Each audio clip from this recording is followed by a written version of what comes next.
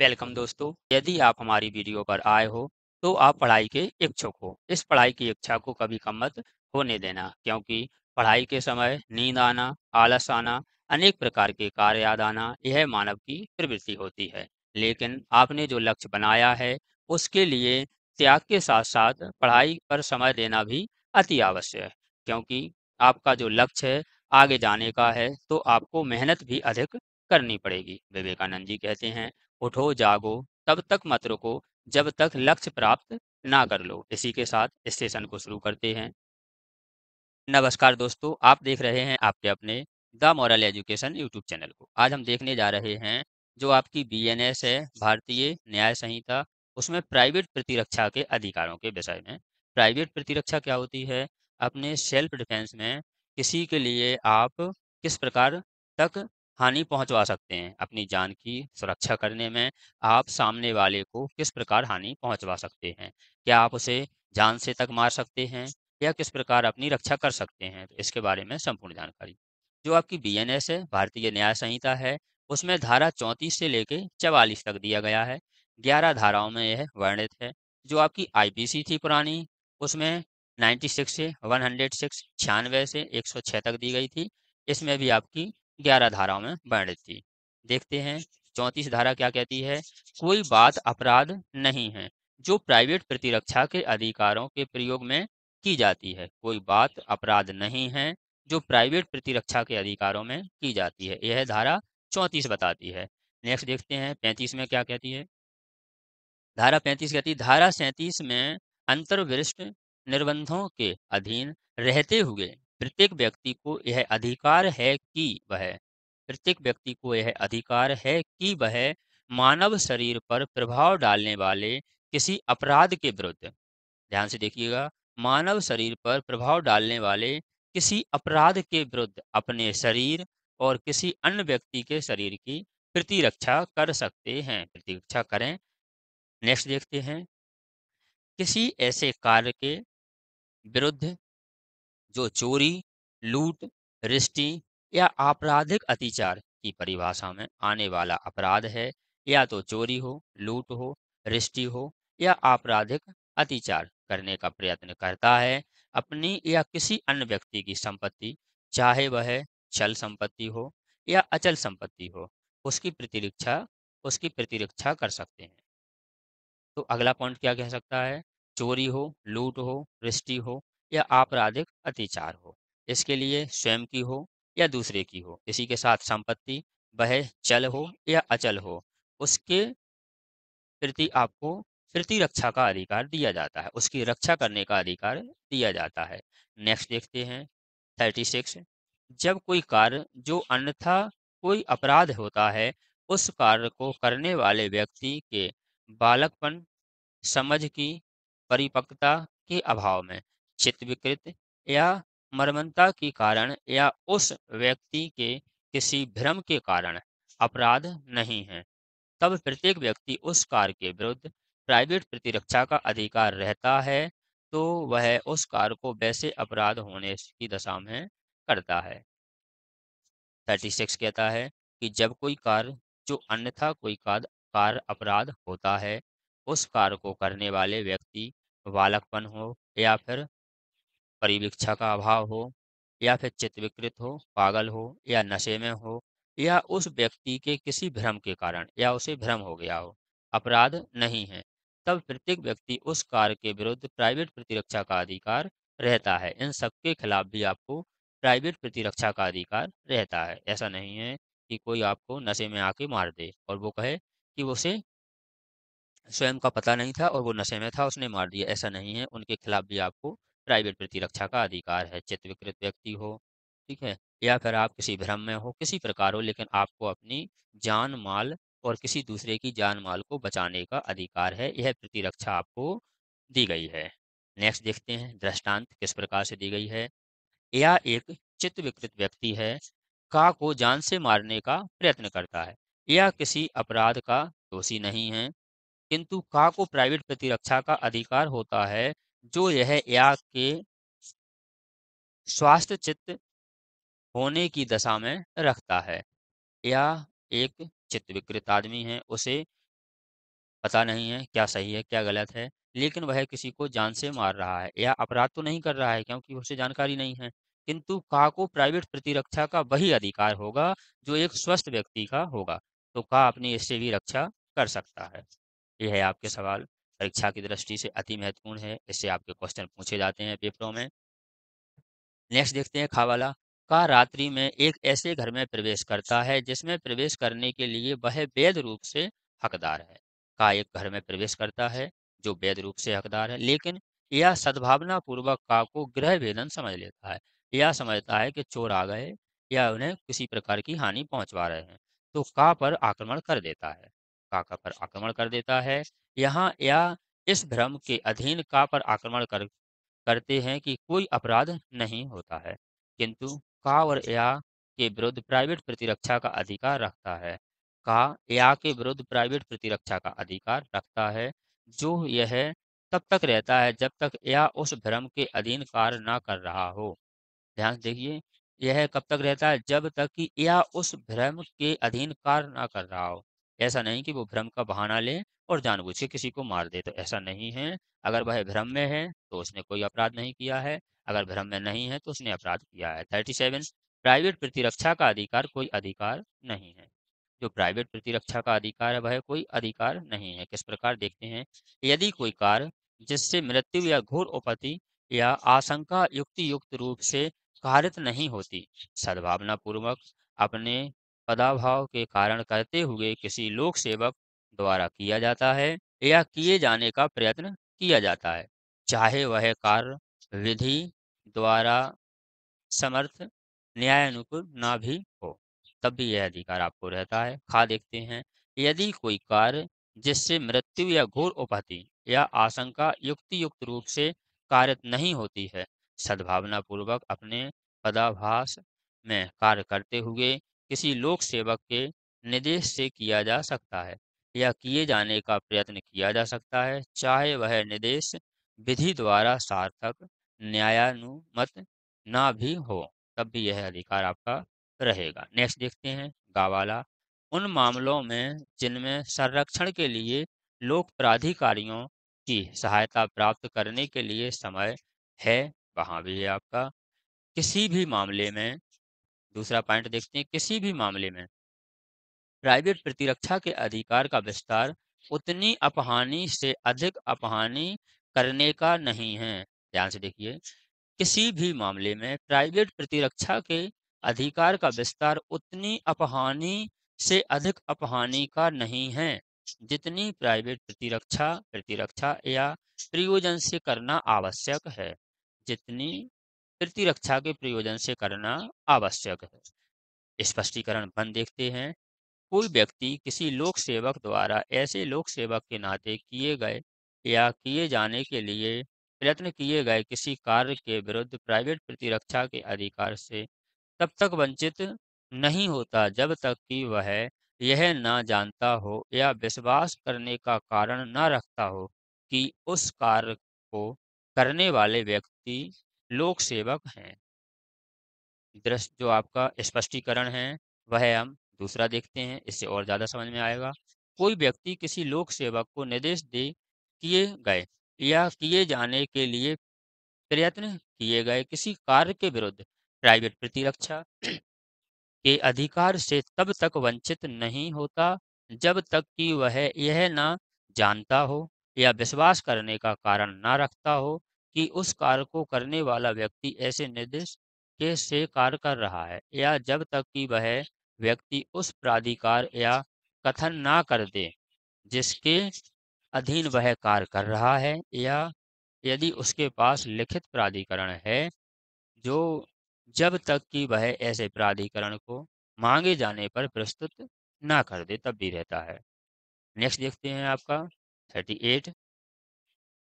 38 में दिया गया है आपका शरीर की प्राइवेट प्रतिरक्षा के अधिकारों का विस्तार धारा 37 में निर्दिष्ट निर्बंधों के अधीन करते हुए मामलावर की स्वेच्छता मृत्यु कारित करने या किसी अन्य अपहानि कारित करने तक का है, यदि वह अपराध जिसके कारण ऐसे अधिकारों के प्रयोग न अवसर आता हो फिर गणित भातियों में से किसी भी भांति का हो। अर्थात नेक्स्ट देखते हैं, आप ये पॉइंट देखेंगे तो पूरा समझ में आ जाएगा। का ऐसा हमला जिससे युक्ति-युक्त रूप से यह आशंका कारित हो कि अन्यथा ऐसे हमले का परिणाम मृत्यु होगा। हवाला देखते हैं, ऐसा हमला हो जिससे यह लगे कि उसका परिणाम मृत्यु होगा। नेक्स्ट, ऐसा हमला जिससे युक्तियुक्त रूप से यह आशंका कारित हो कि अन्यथा ऐसे हमले का परिणाम घोर उपति होगा। या तो परिणाम मृत्यु होगा या घोर उपति होगा। या फिर नेक्स्ट देखते हैं, बलात्संग करने के आशय से किया गया हमला। या फिर बलात्संग करने के आशय से किया गया हमला हो। या फिर आपका प्रकृति विरुद्ध काम तृष्णा की तृप्ति के आशय से किया गया कोई हमला हो। या फिर प्रकृति विरुद्ध हो, काम तृष्णा की दृष्टि के आशय से किया गया हमला हो, ऐसे के खिलाफ आपको प्रतिरक्षा का अधिकार प्राप्त होता है। नेक्स्ट देखते हैं, अपहरण व्यपहरण करने के आशय से किया गया हमला। आपका व्यपहरण हो, अपहरण हो, ये करने के आशय से यदि हमला करता है तो उसके विपरीत आपको उसके खिलाफ भी प्राइवेट प्रतिरक्षा का अधिकार है। इस आशय से किया गया कोई हमला कि किसी व्यक्ति का ऐसी परिस्थितियों में दोष परिरोध किया जाए जिनसे उसे युक्तियुक्त रूप से यह आशंका कारित हो कि वह अपने को छुड़वाने के लिए लोक प्राधिकारियों की सहायता प्राप्त नहीं कर सकता है। ये सब कब होगा? जब आपके ऊपर कोई हमला कर रहा है और आपको लगता है कि आपके पास इतना समय नहीं है कि आप लोक प्राधिकारियों की सहायता प्राप्त नहीं कर सकते हैं, तो आपके लिए प्राइवेट प्रतिरक्षा का अधिकार है, आप उस पर हमला कर सकते हो। ऐसा नहीं कि वह आपको सुबह आपसे कुछ कहने आया और आपने दूसरे दिन उसको मार दिया और फिर आप कहते हो प्राइवेट प्रतिरक्षा का अधिकार है। भाई एक दिन था, सुबह से शाम था तब भी आप जा सकते थे, तो इस परिस्थिति में आपको प्राइवेट प्रतिरक्षा का अधिकार नहीं मिलेगा। तभी मिलता है जब बिल्कुल ऐसा लग रहा हो कि या तो आप कि जो सामने खड़ा है वह आप पर हमला करेगा, या तो मृत्यु कारित हो सकती है, या फिर घोर उपाहति हो सकती है, या फिर बलात्संग करने के कारण आप पे हमला किया गया हो, या प्रकृति विरुद्ध कोई कार्य हो, या काम तृष्णा की तृप्ति के आशय से किया गया हमला हो, या फिर आपको ऐसा कोई हमला जिससे युक्ति युक्त यह पता चले कि आप लोक प्राधिकारियों की सहायता नहीं ले सकते हो। तो इस कारण पूरे कारणों में आपको प्राइवेट प्रतिरक्षा का अधिकार प्राप्त है। नेक्स्ट देखते हैं, अम्ल फेंकने या देने या कृत्य या अम्ल फेंकने या देने का प्रयत्न करना जिससे युक्तियुक्त रूप से यह आशंका कारित हो कि ऐसी कृति के परिणाम स्वरूप घोर उपहति कारित होगी, या फिर कोई अम्ल फेंकता है तो उसके प्रति भी आपको प्राइवेट प्रतिरक्षा का अधिकार प्राप्त होता है। देखते हैं 39। 39 कहती है धारा, यदि अपराध धारा 38 में विनिर्दिष्ट, जो आपका 38 है उसमें विनिर्दिष्ट है, विवरणों में से किसी प्रकार का नहीं है, विवरणों में से किसी प्रकार का नहीं है, तो शरीर की प्रतिरक्षा प्राइवेट प्रतिरक्षा के अधिकार का विस्तार हमलावर की मृत्यु स्वेच्छा कारित करने तक का नहीं होता है। यदि आपके ये ऊपर जो भी कारण दिए गए हैं हमने आपको बताया, या तो मृत्यु कारित हो रही हो, घोर आपत्ति हो रही हो, बलात्संग के कारण हो, प्रकृति विरुद्ध हो, काम तृष्णा की तृप्ति से हो, या व्यपहरण अपहरण हो, ऐसी स्थिति में आप उस पर हमला कर सकते हैं, या उसने आपके ऊपर अम्ल फेंकने का प्रयास किया हो या फेंक दिया हो या फेंकने वाला हो। 40 देखते हैं, शरीर की प्राइवेट प्रतिरक्षा का अधिकार उसी क्षण प्रारंभ हो जाता है जब अपराध करने के प्रयत्न या धमकी से शरीर के संकट या युक्तियुक्त आशंका पैदा हो जाती है। शरीर की जो आपकी प्राइवेट प्रतिरक्षा है उसका आपका अधिकार कब से हो जाता है? उसी क्षण से प्रारंभ हो जाता है जब अपराध करने के प्रयत्न या धमकी से शरीर के संकट की युक्तियुक्त आशंका पैदा हो जाए, चाहे वह अपराध किसी किया ना गया हो, चाहे वह अपराध ना किया गया हो, और वह जब तक बना रहता है जब तक कि शरीर के संकट की ऐसी स्थिति आशंका बनी रहती है। मान लीजिए एक व्यक्ति आता है और वह हाथ में नुकीला हथियार लिए, मान लीजिए तलवार लिए हैं या पिस्टल लिए हैं, और वह आपकी तरफ मारने के लिए आता है और आपसे कहता है मैं इससे आपको मार दूंगा। तो आपके लिए ये युक्तियुक्त आशंका है कि वो आपको मार सकता है। तो अपराध हुआ नहीं, फिर भी आपको प्राइवेट प्रतिरक्षा का अधिकार प्राप्त हो जाता है। अब वो हाथ में कुछ नहीं लिए हैं, फिर वो आपसे कह रहा है मैं आपको मार दूँगा, तो यहाँ पर नहीं है क्योंकि उसके पास ऐसा कोई अस्त्र-शस्त्र नहीं है जिससे वह आपकी जान को खतरा हो तत्काल स्थितियों में। नेक्स्ट देखते हैं 41, 41 कहता है संपत्ति की प्राइवेट प्रतिरक्षा का अधिकार का विस्तार धारा 37 में विनिर्दिष्ट निर्बंधों के अधीन रखते हुए दोषकर्ता की मृत्यु या अन्य अपहानि स्वेच्छा कारित करने तक का है यदि वह अपराध जिसके किए जाने के या किए जाने के पश्चात के कारण उस अधिकार के प्रयोग का विस्तार होता है जिसमें उसके पश्चात प्रगणित भांतियों में से किसी भी भांति का हो जैसे यदि आपकी संपत्ति लूट रहा है इस प्रकार से आपका साथ अपराध कर रहा है तो आपको प्राइवेट प्रतिरक्षा का अधिकार जान से मारने तक का है। लूट कर रहा है, सूर्यास्त के पश्चात या सूर्योदय के पहले ग्रह भेदन कर रहा है, अग्नि या किसी विस्फोटक पदार्थ द्वारा सृष्टि जो किसी ऐसे भवन, तंबू या जलयान को की गई हो या मानव आवास के रूप में या संपत्ति की अभिरक्षा के स्थान के रूप में प्रयोग में लाया जाता हो। इस पर यदि वह अग्नि या विस्फोटक पदार्थ से कर रहा है तो आपको प्राइवेट प्रतिरक्षा का अधिकार प्राप्त है। नेक्स्ट है चोरी, रिष्टि, गृह भेदन जो ऐसी परिस्थितियों में किया गया हो जिनसे युक्तियुक्त रूप से यह आशंका कारित हो जाए, चोरी हो, रिष्टि हो, गृह भेदन हो, वह ऐसी परिस्थितियों में किया गया हो जिससे युक्तियुक्त रूप से यह कारण कारित हो जाए कि यदि प्राइवेट प्रतिरक्षा के ऐसे अधिकार का प्रयोग ना किया जाता तो परिणाम स्वरूप मृत्यु या घोर आपत्ति होती। यदि आपके यहाँ कोई चोरी करने आता है, रिष्टि करने आता है, गृह भेदन करता है, घर में घुसता है या फिर आपको के घर में आग लगाता है, विस्फोटक पदार्थ से आक्रमण करता है, तंबू या जलयान को नष्ट करने की कोशिश करता है, सूर्यास्त के पश्चात और सूर्योदय के पहले आता है और लूट करता है। और ये इस प्रकार की होती है कि यदि आपको लगता है कि प्राइवेट प्रतिरक्षा का अधिकार का प्रयोग ना करते, तो सामने वाला आपकी मृत्यु कारित कर देता या घोर आपत्ति होती। इसलिए इन पूरों के खिलाफ संपत्ति के अधिकार के खिलाफ बचाने के लिए आप सामने वाले की मृत्यु कायद तक कर सकते हैं और जो ऊपर दिए गए थे उनमें भी आप मृत्यु कायद कर सकते हैं जो ये अधिकार थे ऐसा हमला जो युक्तियुक्त है आशय हो कि आपका मृत्यु हो सकती है घोर अपराध हो सकता है बलात्संग कर सकते हैं प्रकृति विरुद्ध अपराध है या फिर काम तृष्णा की तृप्ति के लिए कोई हमला हो व्यवहार अपहार अपहरण किया गया हो या फिर किसी पर अम्ल फेंका हो, फेंकने की कोशिश कर रहा हो या फेंक दिया हो।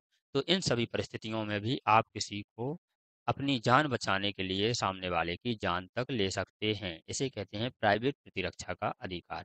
लेकिन जो धाराएँ हैं उसमें आपको कंडीशन भी बताई है। जैसे वह अधिकार ऐसा हो कि आप ऐसी स्थिति में हो जहाँ आप लोक सेवक की सहायता ना ले सकते हो। एक स्थिति आस-पास ऐसे कोई लोग ना हो जो आपकी सहायता करने के लिए हों। हैं। और जब तक रहता है, जब तक वह सामने रहता है, बिल्कुल आपकी जान खतरे में रहती है, आपकी संपत्ति खतरे में रहती है। मान लीजिए वो आपके लिए मारने आया तलवार लेके और उसने नहीं मारी और वो चला गया और जाते समय आपको पता है कि अब आपकी जान सुरक्षित हो गई, अब वो नहीं मारेगा, इतनी दूर से आप पर हमला नहीं कर सकता। फिर आप उसे घेर के मार देते हो, तो प्राइवेट प्रतिरक्षा का अधिकार आपका समाप्त हो जाता है। नेक्स्ट देखते हैं 42 यदि वह अपराध जिसके लिए जाने या किए जाने के प्रयत्न से प्राइवेट प्रतिरक्षा के अधिकार के प्रयोग का अवसर आता है जैसे चोरी, रिष्टि या आपराधिक अतिचार जो धारा 41 जो आपका 41 धारा है उसमें विनिर्दिष्ट विवरणों में से किसी प्रकार का नहीं है, तो उस अधिकार का विस्तार स्वेच्छा मृत्यु कारित करने तक का नहीं होता है। जो ऊपर दिए गए हैं, उसमें से यदि यह अधिकार आपके नहीं हैं, तो आप सामने वाले की मृत्यु कारित नहीं कर सकते क्योंकि हमने ऊपर देखा कि प्राइवेट प्रतिरक्षा का अधिकार उस परिस्थितियों में होता है समतुल्य, समान है। मान लीजिए सामने वाला आपकी मृत्यु और घोरोपति कारित कर रहा है, तभी आप किसी की मृत्यु या घोरोपति कारित कर सकते हैं। जैसे चोरी, रिष्टि, आपराधिक अतिचार जो धारा 31 में वर्णित दिया गया है, अधिकार का विस्तार स्वेच्छा मृत्यु कारित करने तक का नहीं होता है, किंतु उसका विस्तार धारा 37 में विनिर्दिष्ट नियमों के अधीन रहते हुए दोषकर्ता या मृत्यु से भिन्न कोई अपराध स्वेच्छा कारित करने तक का होता है। नेक्स्ट देखते हैं 43 संपत्ति या प्राइवेट प्रतिरक्षा का अधिकार संपत्ति या प्राइवेट प्रतिरक्षा का अधिकार का देखते हैं 43 का जब प्रारंभ होता है तब संपत्ति के संकट की युक्तियुक्त आशंका प्रारंभ होती है तब यह प्रारंभ होता है जब संपत्ति के संकट की युक्तियुक्त आशंका प्रारंभ होती है तब से यह प्रारंभ हो जाता है चोरी, चोरी के विरुद्ध जैसे मान लीजिए आप किसी के भी घर में एक व्यक्ति घुसा और वह गन लिए हुए है। गन लिए हुए हैं, इसका मतलब वो किसी को मार सकता है। और लूटने या हमने जो ऊपर कारण बताया उनके अनुसार वह आपको हमला कर सकता है, तो जब तक आपका प्राइवेट प्रतिरक्षा का अधिकार है। वह निकल गया, भाग गया, फिर प्राइवेट प्रतिरक्षा का अधिकार नहीं होता है। नेक्स्ट है 43 का खा देखते हैं।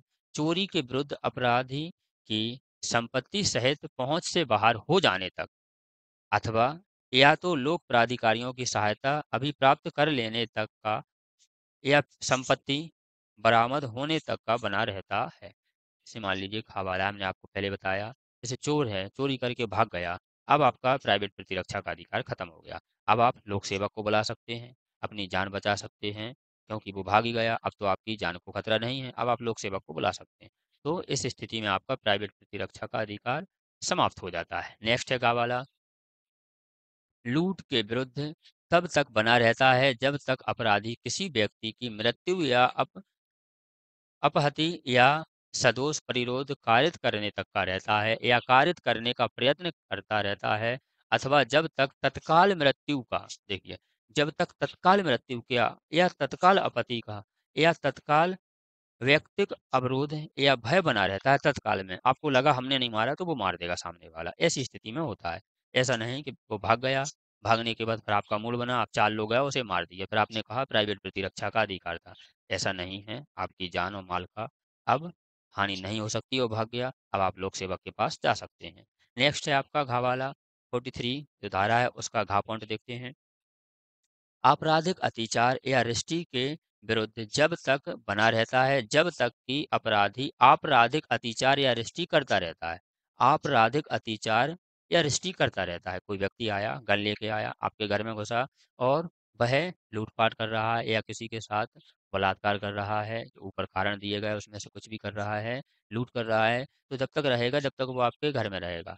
अगर वो घर से भाग जाता है, बाहर निकल जाता है और ऐसी स्थान तक पहुंच जाता है जिससे वो आपको मृत्यु या घोर उपति कायरत नहीं कर सकता, तो इस स्थिति में आपका प्राइवेट प्रतिरक्षा का अधिकार समाप्त हो जाता है।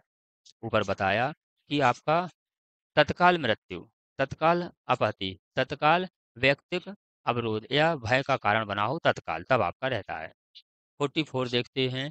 जिस हमले में मृत्यु की आशंका युक्तियुक्त रूप से कारित होती है, जिसके विरुद्ध प्राइवेट प्रतिरक्षा के अधिकारों का प्रयोग करने में यदि प्रतिरक्षक ऐसी स्थिति में है, प्रतिरक्षक यदि ऐसी स्थिति में है कि निर्दोष व्यक्ति की अपहानि या जोखिम के बिना वह का प्रयोग प्रयोग कार्य साधक रूप से नहीं कर सकता है, तो उसकी प्राइवेट प्रतिरक्षा के अधिकार का विस्तार वह जोखिम उठाने तक का, पहले ही बताया।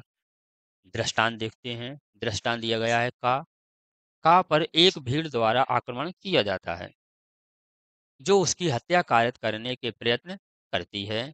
उस पर भीड़ में एक गोली चलाए बिना प्राइवेट प्रतिरक्षा के अपने अधिकार का प्रयोग कार्य साधक के रूप में नहीं कर सकता, और वह भीड़ में मिले हुए छोटे छोटे शिशुओं की अपहानि कारित करने की जोखिम उठाए बिना गोली नहीं चला सकता। यदि वह इस प्रकार गोली चलाने से उस शिशु में से किसी शिशु को अपहानि कारित कर देता है तो कोई अपराध नहीं करता। एक भीड़ आती है, भीड़ एक व्यक्ति को जान से मारने के लिए उस पर आक्रमण करती है और इधर से वह अपनी जान बचाने के लिए भीड़ पर गोली चला देता है।